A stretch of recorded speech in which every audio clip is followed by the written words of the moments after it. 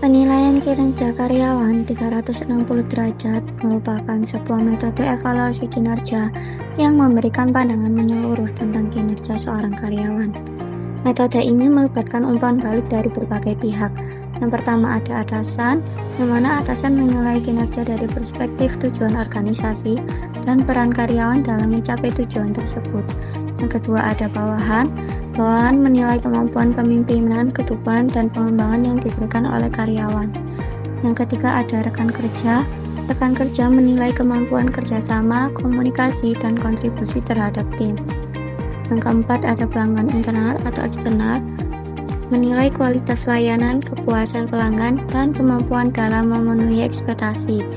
Dan yang terakhir ada karyawan itu sendiri, yang mana karyawan itu sendiri melakukan penilaian diri untuk mengukur perkembangan pribadi dan profesional. Lalu, mengapa metode 360 derajat itu penting? Yang pertama, pandangan yang lebih objektif. Dengan mengumpulkan umpan balik dari berbagai sumber, penilaian menjadi komprehensif dan mengurangi bias pribadi.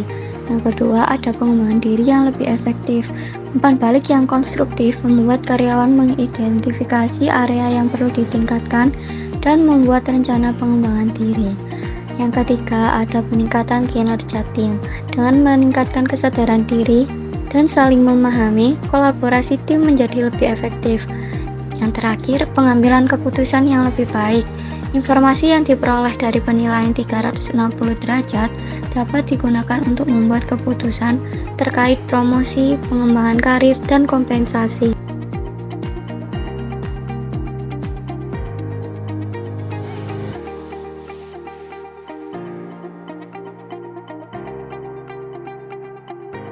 Proses penilaian 360 derajat.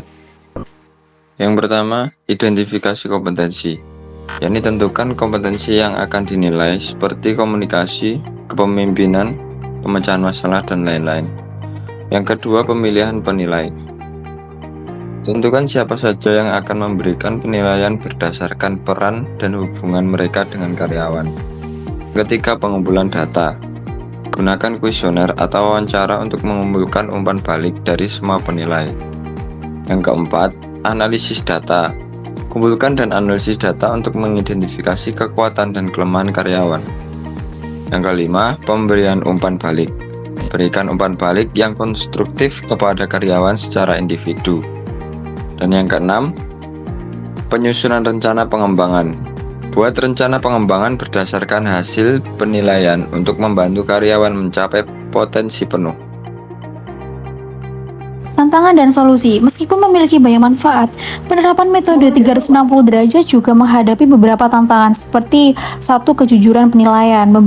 Beberapa penilaian mungkin ragu untuk memberikan umpan balik yang jujur karena takut akan konsekuensi. Yang kedua, waktu dan sumber daya. Proses penilaian 360 derajat membutuhkan waktu dan sumber daya yang cukup besar. Yang ketiga, analisis data. Menganalisis data dari berbagai sumber dapat menjadi kompleks dan membutuhkan keahlian khusus. Solusi untuk mengatasi tantangan tersebut: membangun budaya terbuka dan jujur, komunikasi yang efektif, jaminan kerahasiaan, dan contoh dari pimpinan sangat penting. Memilih penilaian yang tepat.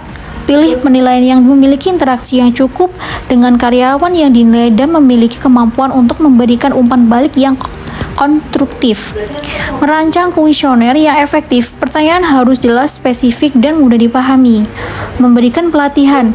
Berikan pelatihan kepada penilaian karyawan tentang cara memberikan dan menerima umpan balik. Menggunakan teknologi, memanfaatkan platform online untuk mengumpulkan dan menganalisis data penilaian. Studi kasus penerapan metode 360 derajat. Yang pertama, PT Petrokimia Gresik.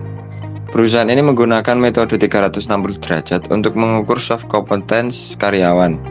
Hasilnya, metode ini terbukti efektif dalam meningkatkan kesadaran diri karyawan terhadap perilaku dan kompetensi yang dibutuhkan.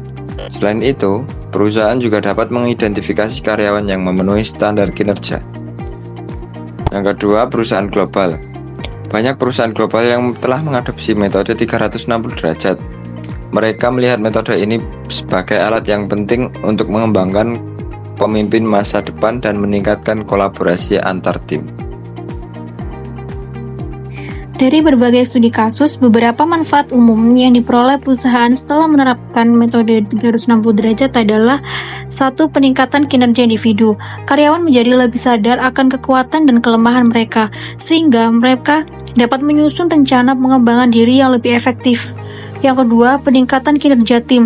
Kolaborasi tim menjadi lebih baik karena karyawan lebih memahami peran dan kontribusi masing-masing anggota tim. Yang ketiga, pengambilan keputusan yang lebih baik. Informasi yang diperoleh dari penilaian 360 derajat dapat digunakan sebagai dasar untuk mengambil keputusan terkait promosi, pengembangan karir, dan kompensasi. Yang keempat, peningkatan budaya organisasi. Metode 360 derajat dapat membantu membangun budaya organisasi yang lebih terbuka, jujur, dan berorientasi dan pengembangan.